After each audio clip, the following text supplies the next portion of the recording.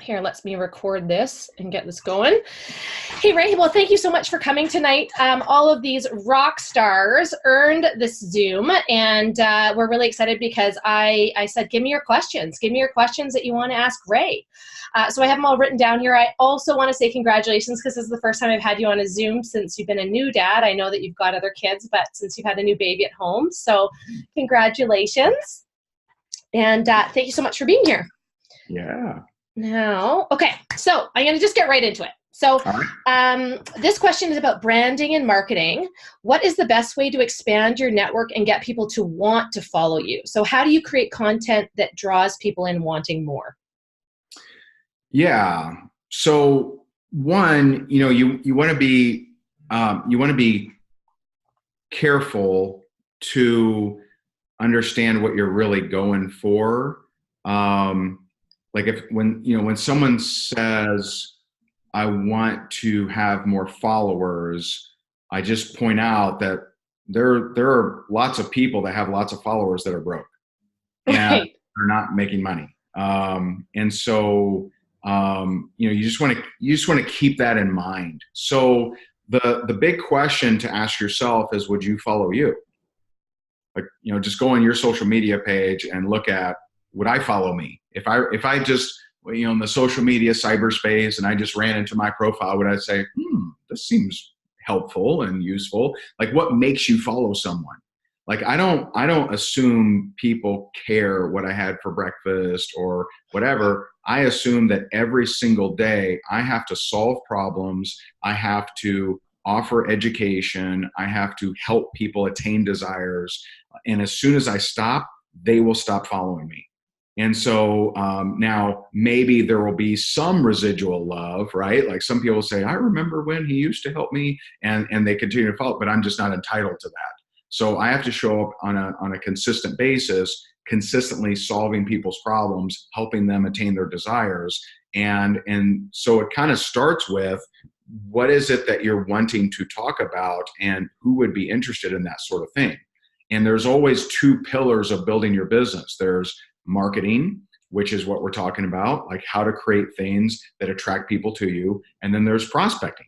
I know people that couldn't market their way out of a wet paper bag that make $100,000 a month because they prospect and they reach out like nuts. And so it just kind of depends. Some people get high on the social media clout and engagement and comments and things like that, but they're still struggling to make ends meet or struggling to keep their family fed or pay the bills every single month.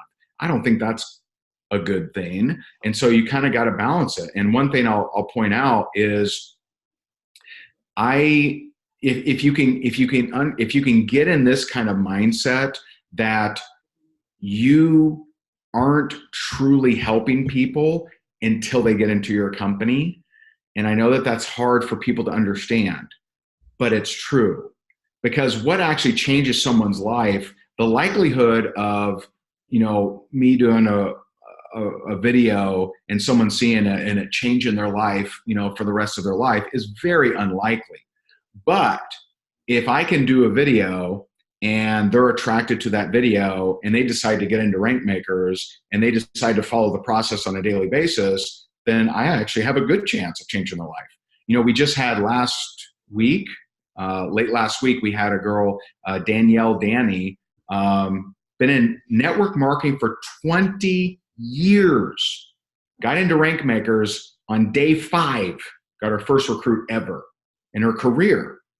20 years she'd been trying to recruit. She'd been trying to build her business, had never recruited anyone. 5 days in. Now, if you can get people, and I say rank makers, obviously you would want to say your company, right? If you can get them into your culture and into your community, then they have a chance. They have a platform. Because most people that are on social media, if they're not in network marketing, they don't have a way to make extra money. They certainly don't have a way to make residual income, which is where freedom actually comes from. And so you are offering them something that could change their life, but only if they actually get in. And so we can get these digital high fives of great video and way to go and that kind of stuff, but it's not truly changing people's lives. And so deciding what is it when it comes to marketing, what is it that you're wanting to talk about? Are you wanting to talk about weight loss? Are you wanting to talk about, how to be a more powerful parent? Are you wanting to talk about, sales, right? I recruited a lot of business owners through my sales and marketing content. And so, you can talk about lots of different things to attract people to you. But at the end of the day, you're going to have conversations. You're going to have to ask questions. Are you open to take a look at what it is that I'm doing? And so hopefully that's awesome, right? I think that's something that you taught me. I prospected my way here. That's how I got here in the position that I'm in. But I started with rank makers because I wanted to learn marketing, and I don't have a marketing background. So I know there's a bunch of people on this Zoom that are in rank makers, and they can attest to this, that you have kind of flipped the way that we think around, and that you have to prospect until you've got people that are reaching out to you on a daily basis, or multiple people reaching out to you. Yeah. I mean, that's, I dreamt when I got serious, I dreamt of a day where people would come to me, but that didn't happen overnight. And it definitely didn't happen, for a good period of time. So I had to reach out. And so, the idea of attraction marketing, the idea of getting people attracted to you is very seductive, and it is powerful. It just doesn't happen overnight usually. And so in the meantime, you got mouths to feed, most likely, including your own. And so you're probably going to have to reach out until you reach that kind of, marketing attraction. Absolutely. Okay. So this is a good question. What was the catalyst? So a lot of people know your background and know your history. So what was the catalyst that made you change your mindset from a victim mentality to one of power? So that particular question is kind of hard to pinpoint that because there's actually multiple phases. So It didn't just snap and happen overnight. Well, no, but I wouldn't classify myself as a victim. Even when I was dead broke, personal foreclosure, $1 million in debt, I was depressed, right? But I'd kind of blocked out most of the stuff from my childhood. And I remember, so, for those that don't know, my parents split when I was 3 years old. And from the ages of like 5 to 12, I lived with my dad and a very abusive stepmom, physically abusive. I would have loved verbal abuse, but I honestly, I'd kind of blocked that stuff out. And so what drove me was a statement. And, there's an organization out there called Landmark. And I don't know how many have been through Landmark, but Landmark Education calls it an act. And an act is a phrase that is crafted by you, somewhere between the ages of usually like 5 and 10. And so my act, which drove almost every major decision of my entire life, was I'll show you. And so I'll show you was my defiance to control, abuse, lack of freedom.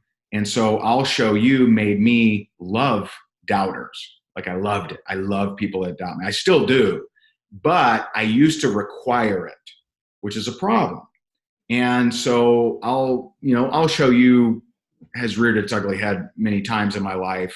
But I just no longer require doubt. And so as far as a victim, I don't know that I think I kind of just like blacked it out of my mind that I was any kind of victim.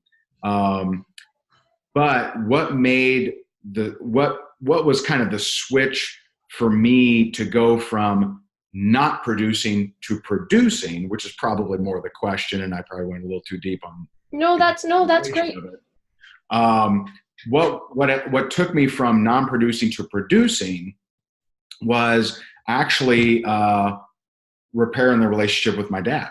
And so I hadn't talked to my dad because of those kind of things for 13 years. And I had repair relationship with dad on a to-do list with no priority. And, here I was, foreclosure, dead broke. And, long story short, I repaired the relationship. It's certainly not perfect, but at least it's something. He had never met his sons, who back then were, I think, 6 and 7 years old. And so July 4th of 2009, I spent his birthday with him up in Indiana. And when I came home, there was something different. And it's not like he gave me some business advice, right? Like, hey, Ray, just go and crush it in network marketing, right? I didn't get any wisdom from him, but there was something I was no longer dragging. Like, I didn't have this like negative cloud, just like in my head or something. And so when I got presented with that next opportunity, I was able to run with it. And so the lesson there is there may be baggage that you have, resentment, anger, jealousy, that sort of stuff, regret, blame. There may be pieces of that in your life and in your head and in your relationships that if you could figure out how to let go, that it would create a new clearing. So it was like there was a new opening for me and I could be a new person. And that's really what did the switch. And so, from there, July 4th, came back. July 15th, I joined that company after going to the event. And had I been to the event a month earlier, I probably wouldn't have joined because I would have been too cynical, skeptical, negative, and too depressed to really do anything. But something cleared up for me when I cleared up that relationship. And so I say that to people because you may think that, your sister or mother or father have nothing to do with business. So, I need to focus on something else when it actually has everything to do with it. And because if you have that kind of weight on you, on your shoulders and your heart, then you probably aren't producing at the level that you could. Yeah, absolutely. Thank you. What social platforms do you see growing in the future? I've never been much of a fortune teller. I'm not like, Gary Vee always throwing out, different, this one, TikTok and whatever else. To me, if you understand the principles, like the reason I'm not worried about whatever is I understand the principles and the psychology of marketing. And so I know that any platform that we want to do well on, we would go provide value. We would engage with people and have conversations, and we would be consistent at it, and we would do well with it. And so like that makes me not, because I don't have time to study everything. And, and one of my least favorite things to study is, what could possibly be the next big hit? Because, you can study investments all day long, and every single day there's a new IPO or a new CPO or whatever that you can invest in, and you can consume all of your time. Yeah. So I just know that if you understand the principles, if you want to rock it and crush it on LinkedIn, you can. There's plenty of people there. You can rock it on Twitter. You can rock it on YouTube. You can rock it on Facebook or Instagram. You can rock it on any of these things if you solve problems, provide value, are consistent, engage with others, have conversations. You will do just fine at that. And so I'm not the best at predictions. No, that's okay. That's a pretty great formula, actually. How can you shift a poor money mindset in our team or on a team? For example, people won't commission qualify themselves and purchase a product for $50 to make a $200 paycheck. So I would start edifying who does, because some people you think that they're not doing it because they just don't understand money. Some of them aren't doing it because they're ashamed. Some of them think that that's cheating. And so, I'll give you an example. Let me think of one that I've done. So, some people won't spend money on, I don't know, ads or coaching or whatever, because they think if they were good enough, they wouldn't have to, right? And so same thing with products is, I would, if I'm a leader and I've ever had anything like that happen, and being reasonable. Like, I'm not going to, go and say, hey guys, I had to purchase $20,000 worth of products. Like, that is probably not ethical, probably not a good idea to share. But if the things that I would be sharing is if I realized that buying an additional $100 in volume made me $200, I would share that stuff. And I would just say, hey guys, I just want to let you know something that I did when I was early in my career is I just understood math. And math, I spent this and I made more than this, and it was great. And so, like, I would make it less complex than you're making it, because people have plenty of poor money mindset issues. This may not be one of them. It may be more of shame. This is the same kind of phenomenon that when a leader reaches a new rank, a lot of times, in fact, I would say most times, they don't hit it the next month. Now, if no leader has ever shared that with them, they can be ashamed. They can be like, oh man, am I a phony? Am I an imposter? Oh man, they're going to bust me. They're going to say, hey, you were at this rank and you fell, right? You're the fallen angel or whatever, right? And so if they're not aware, I mean, I've heard stories.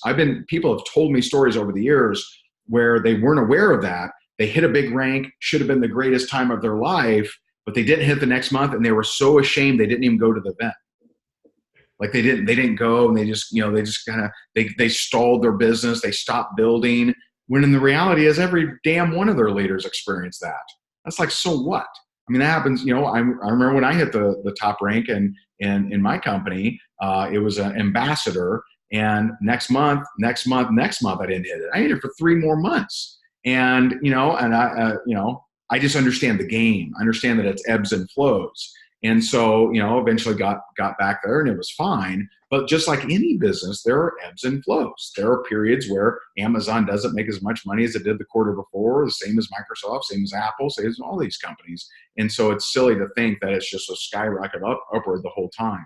And so it's actually a similar psychology of the person that doesn't hit the rank the next month and feels ashamed.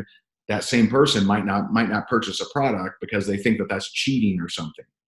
Right. Okay. That's a really great correlation, because I went through the same thing. I hit a VAP leadership rank, and 2 months later I didn't.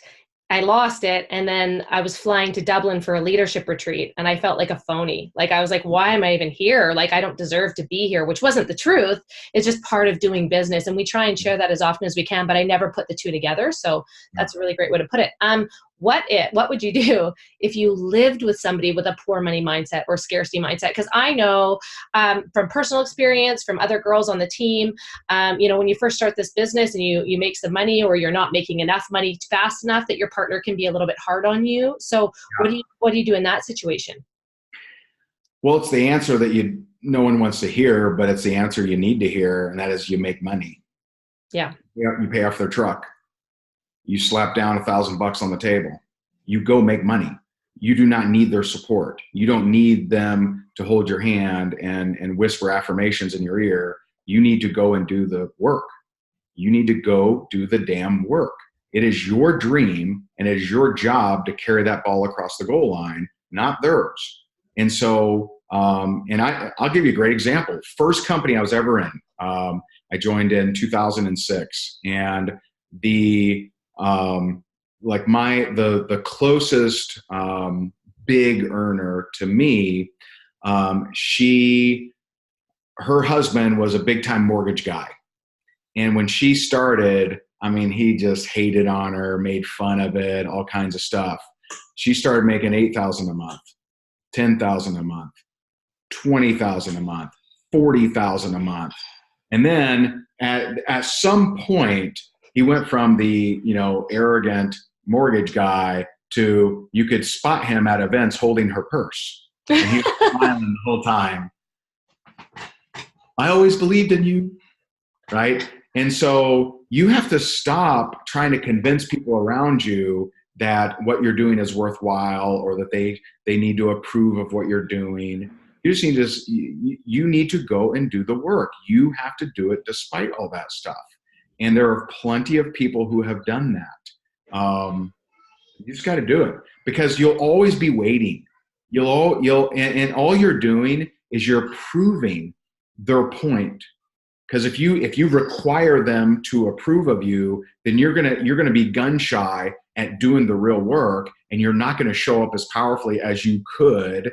And so you're gonna prove their point. And so one of the questions that I ask is, who wins if you lose? They win. They win if you lose, because they were right. Now, who wins if who wins if you lose? Or who loses if you don't win is the people that you could be inspiring, the people that will cross the stage, the people that would thank you for introducing them to the business. And so not only is it selfish not to grow the business, but you're also proving their point. Who wants to do that? Who wants to prove their point that, yeah, you're right, I'm not gonna make it? Go prove them wrong. And you don't need their support. And you trying to write a great speech or listen to Braveheart or whatever, you're just not going to turn them around. Go make the money and say, hey, by the way, I paid your truck off. Hey, by the way, here's Super Bowl tickets. Go do something to blow their damn mind. And all of a sudden they're like, wait a minute, what? You paid for this? We can't afford that. I can afford it. I got it for you. Right? Don't worry your pretty little head about it. That's what I would tell them. That's my favorite part about the whole business, I think. What is your best tip for keeping your why stronger than your excuses and convincing yourself that things are fine just the way they are? Convincing yourself that they're fine the way they are. You mean like not comparing to others? Like I'm trying some people can get by on the amount that they're making, but maybe they have bigger dreams and aspirations and they want to go after them, but they're like, nah, we're still okay. We still pay the bills. We still have a decent life. Like I came into this business and I didn't need it. I wanted it. So right. What's your best tip for keeping people focused strongly on their why? And it's stronger than their excuses that are like, we'll pay the bills this month if I don't do it. Yeah. I mean, it's easy to teach people how to create success. It's hard to teach people how to want to create success. That's very tricky. And so, it's something that, you're either growing or you're dying. And so if you feel secure in your income, just know that most people, even people that make decent money, are one catastrophe away from being completely wiped out. And so, one of my mentors, Mark, Mark had made $20 million in online marketing and some network marketing, but mainly online marketing and things like that. And diagnosed with pancreatic cancer, wiped out, all of their money gone. And we helped him out. He was doing these treatments that were $25,000 a pop, trying to correct that. And we helped him out with that. And, and in the end, he died about a year ago. 4 kids left behind, wife trying to get the business back and going. You would have thought that he would have been okay making $20 million as a, he would have been, I think, 41 this year. And, but he wasn't.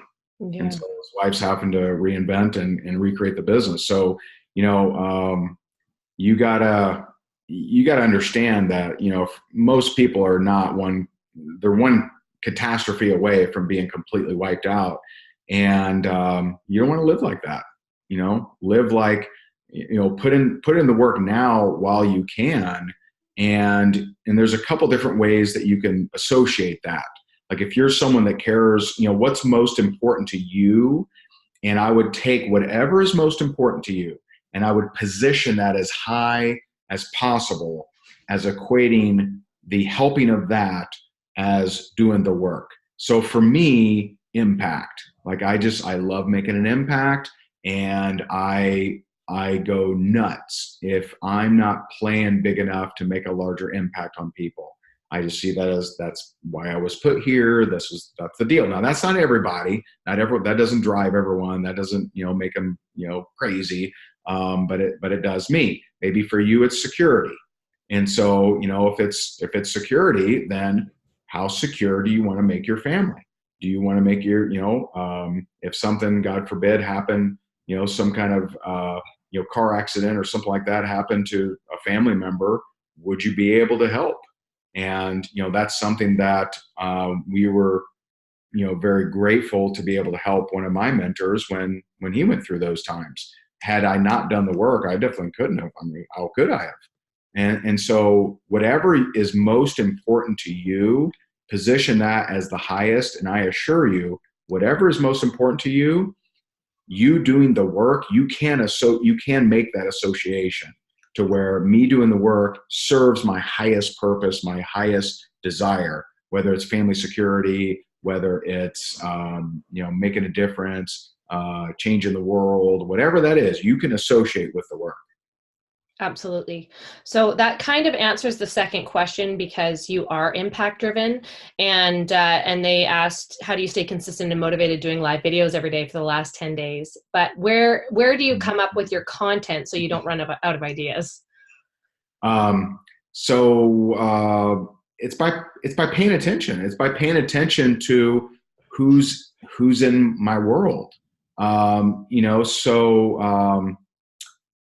I posted in our Rank Makers group yesterday, I think. Yeah, yesterday.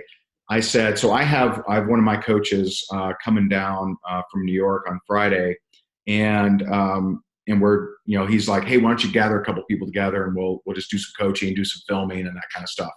And so I posted in Rank Makers, hey, I'm going to do a special thing on Friday. Who would like to get, coaching from me? You got to be willing, you got to be able to come to Fort Myers, Florida. You got to, yada, yada. And so many people were, pick me. I would love that. They didn't follow directions. They didn't answer any of the questions. All they did was beg. And that's how they're trying to get ahead in life. And so tomorrow's topic is probably going to be around that. Right. So when someone, when you want to win, and, this was the title of our reality show is Play to Win. When you want to win, but you're not coachable, but you don't listen, but you don't follow directions, you're not going to win. And so I pay attention to how our clients react to certain things. I pay attention to, and there's been times I've gone live in Rank Makers and not said your name, but I hadn't been discussed, right? And so I pay attention. I pay attention to how Rank Makers react to stuff. I pay attention to how clients react to stuff.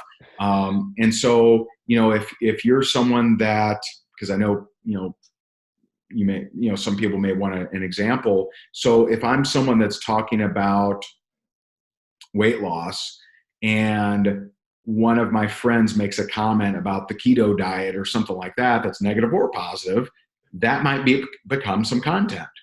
And so you start to just pay attention to what are the things in your world that make sense. I remember I actually got a lot of hate on this one, but one of my blog posts years ago was I was in the grocery store and this lady was in front of me and I was trapped because there was a person behind me and I'd already unloaded, but this person in front of me literally had 57 coupons.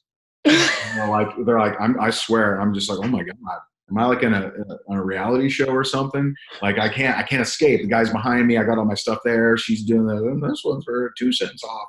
And so she had like 57 coupons that she was applying. And I wasn't hating on the fact that she was using coupons. I remember being on food stamps. I remember being Wick cheese and getting the generic cereal. Like I remember that stuff. And so I wasn't hating on that. My point was, I wonder if people who use a lot of coupons think to try to make more money, right? So how much time is spent clipping these things? Whereas if they prospected 5 people, a day, they could build up a $200 a month residual that will trump all those coupons, like for the year.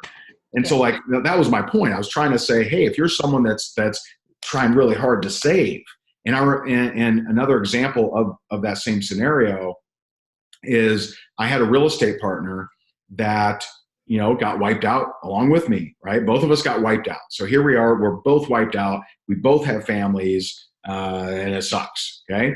So he did two things. One, he spent all this time researching the IRS and taxes and all this stuff. And so he went and got a bunch of, back taxes back. And the second thing he did is he went back to his old job. I went and built a totally different business that landed on the Inc. 5000. And so by him going and looking the saving route, like how do I get back some of my money? I mean, there's only so much there. You can only save so much in that kind of thing, but it's infinite. We have 2 clients right now, I believe, that are close to $500,000 a month. You can go and you have an infinite return if you go and focus on what you can make, not just what you can save. And so that was kind of my point of that. But that only became a video because I pay attention. I'm looking around all the time. I'm like, what would apply and help my audience? What would make them think differently? What would help them grow? What would help them tap into their potential? And so I just pay attention. And you could do this by, paying attention to the comments of people you follow. So maybe you follow Dr. Oz, or you follow Oprah, or you follow Tony Robbins. If you just paid attention to the comments, you would have plenty of content. If you paid attention, you know what I'm saying? So just like paying attention. I don't stare out the window and just like, oh, what will I talk about today? I look in my group, or I look on social media and I see what people are arguing about, or what's the flavor of the day, what's going on that may impact the people I'm trying to attract to me. Right. People's points of pain. And that's something that I think you had previously said, that sometimes people choose to go back to their jobs because their pain point is less going back to what they were doing before than it is to learn something and go a new direction. For sure. Correct? Yeah. Sure. And I'd also like to bring up your health and wellness blueprint. Like, I watched that and I loved it. There was so many ideas for content, you will never, ever run out of things to do a live video on, or people to reach out to, like so many great ideas. So if you guys haven't picked it up, it's like so much value for the cost. I was like, it's really cheap, but I didn't want to say that because there's so much value in it. And it's a short course. You can go through it, and it blew my mind. So I found that really helpful. If you were thinking, if you could take back everything, like, I know you went through your highs and your lows, and you probably wouldn't take those back because they've made you who you are today. But if you could do everything, if you got a do-over and you were going into a network marketing company right now, how would you do things differently?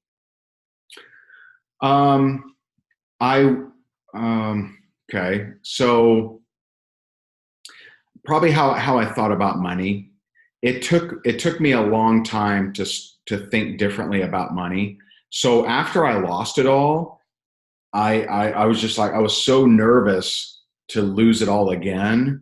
And so, I just didn't want to spend money, and I would just try to, stock it up, in the bank account and whatever.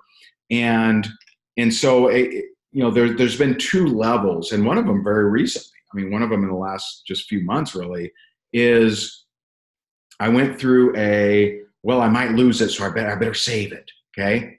And that is almost guaranteed to make you lose, almost. And the reason is that, one, that if that's the main point of your focus, like if your main mentality is I may lose it, you're probably going to lose it. Right. But the second thing is lost opportunity. And so I remember, the first time I really invested in a coach, I had paid a little $2,000 here and there to different coaches, but when I really invested in a coach, it was $35,000. And that year I can attribute $500,000 to. Like, the things that I learned from that, I can directly attribute at least $500,000. And so, understanding that is, if you can learn quicker to see money as a magnifier, and how do I multiply my money? How do I multiply it? Because, and some people I know are uncomfortable talking about money, and it's why they usually struggle with it. But if you can see it as a multiplier, like what can I do to my money to multiply it? Because if I can do that, I can multiply my influence, I can multiply my impact, I can multiply my donations, I can multiply my audience, I can multiply my stage, my platform, my following, all of these different things. And so if you can ask yourself, how am I multiplying my money? And, and we have different, investment strategy. We have insurance plans, and we have, stocks and, and different things like that. We have some real estate, not a lot, but some. And, but there's nothing that is like investing in yourself if you're going to execute. Now, if you're someone that never executes, you're just a constant learner, then you need to learn to execute, right? Because investing more, if you're just a learner, is not going to help. You're just going to keep learning. I only learn to execute. Like, I want to learn something that I can go and do. I don't want to learn for learning's sake. I don't want to be super smart about the algorithm and not do anything with it. I want to learn something so I do something differently. And really, so in the last few months, we've taken what we used to spend a month in ads. We now spend that a week. And so, like, we have really upped our game as far as how we look at the use and utilization of money. And that's something that people aren't being taught, that's for sure. And maybe uncomfortable hearing, but there will, guarantee you, there will be a day when we're raising millions of dollars a year, every year, for different charities of our choosing. And the only way that'll happen is two ways. One, for us to increase how much revenue we're bringing in, and two, for us to increase the size of our audience. And so, like, our event in Orlando, I mean, we got, we're now, I think we're close to 1,900 people. And that is this will be our biggest event by far ever. It's almost now 3 times larger than any event we've ever ran. And it's because of this kind of thinking. We're actually about to put up billboards. So we have 4 billboards going up in Orlando that are marketing the event, and just like, how do we get in front of more people? How do we make a bigger impact? And all we're doing is taking some of the money that comes in, rolling it into investments, into billboards, into coaches, into different things, and multiplying it. Well, I know I can't go on Facebook without seeing an ad from you guys, so you're doing something right. If you guys have any questions or any clarification, just put it in the chat, because I'm about to wrap it up with Ray. I really appreciate you being here tonight, Ray, and knowing that, I know that it was, some people come from a background where they maybe are trying to change their money mindset. Like, when you come from a low income or middle class family, there's no way in heck my father would have understand me coaching with you and spending the money to coach with you. But I had to get over that. And it took me a few months to get over that. It took a few postured responses from Ray. It took some negotiating with my husband. Because I kept thinking about it, and I was like, what will happen if I don't do this? What will happen to me if I don't do this and I don't put myself and play big and get in front of the people that I need to learn from? And I couldn't live with myself if I didn't do it. So if you feel that way about something, then you have to do it. Do you guys have any wondering what part of Indiana you're from, Ray? Seymour, where John Cougar Mellencamp is from. Nice. My mom went to school with John Cougar Mellencamp and dated his older brother, apparently. That's so random. That's her claim to fame. You got to be somebody famous in your life, right? And ironically enough, it was Ryan's cousin that saw a picture of you and I. He's like, "Oh my God, you know Ray Higdon?" I'm like, who? One of my husband's cousin, who's a marketer. He saw my picture with you, and he's like, "You know Ray Higdon?" I'm like, "Dude, that's funny." Yeah, it was hilarious. That was now you're my claim to fame. There you go. Hey, I love it. Oh God. Well, thank you so much, Ray. Thank you for being here tonight and taking time away from your beautiful family. We appreciate you so much. Yeah, for sure. Awesome. Hey, thanks for having me so much. I appreciate you guys. And, hey, this lady really cares about you guys. And so give her a hand if you got value from this. Make sure you thank her. And congratulations to all of you. I know that you earned this, and I appreciate you. I'm rooting for you. Thank you so much. Have a great night, Ray. Bye, guys. Bye.